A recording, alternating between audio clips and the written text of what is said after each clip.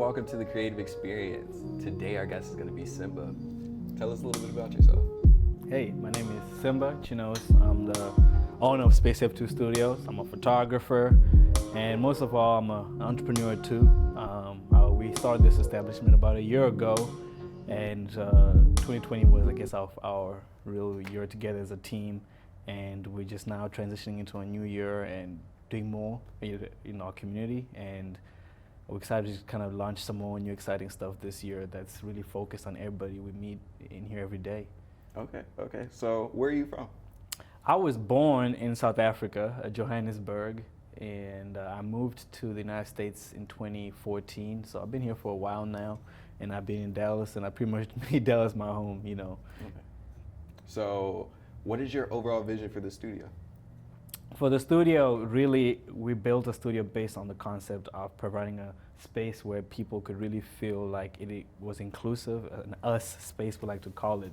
And for that to work, we had to kind of think really broad about the creative industry and kind of try to include everybody, who felt like they haven't had a space that kind of resonates with their creative craft and how they work, and taking all those thousands of great ideas and just condensing it into like great principles that work in every day, in a space, and that's what we're trying to incorporate in here every day. We've had a really good year.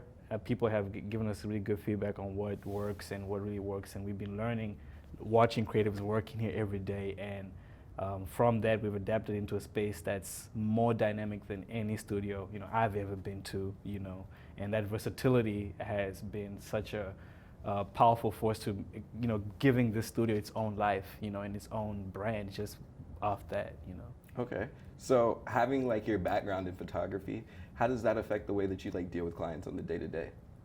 It's really helpful because coming from a photography background, I have the visual eye to begin with, so it helps when it comes to picking out aesthetics and stuff like that. But on a more important scale, it also helps when it comes to asking the right questions when it comes to this industry, and also when it comes to developing the right ideas. You have to be somebody who is aware of the needs of everybody in your industry to do that. And because I'm a photographer, I can also see from that eye, and that's an eye that most people who are doing photography studios don't have. Mm-hmm. Most of the time it's people who are just trying to make good money in real estate or so forth, and that's their way to funnel their more money and revenue into their businesses. But for us, this is not about that. It's about actually making a difference in the space, like photography space industry.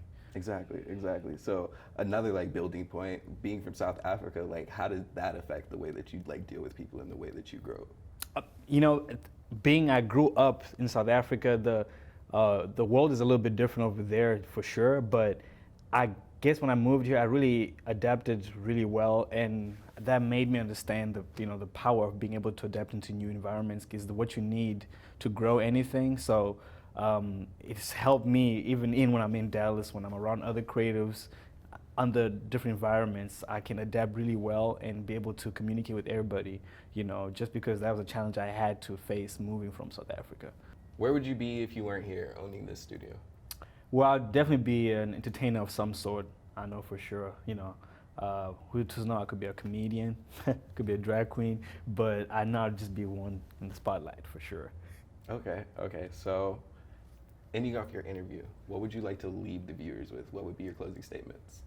Really, I would just kind of tell everybody just kind of keep an eye out on the studio, especially in the next coming weeks. We have a lot of big projects, we're working on, and they're all based on the creatives, and the entrepreneurs and all the people who really support the studio this year and telling their stories. So we're really excited to bring out all those products to everybody this coming few weeks. So stay tuned for that. Okay, perfect. So this was the Creative Experience. This was our guest Simba. Thank you guys for watching. Tune in next week.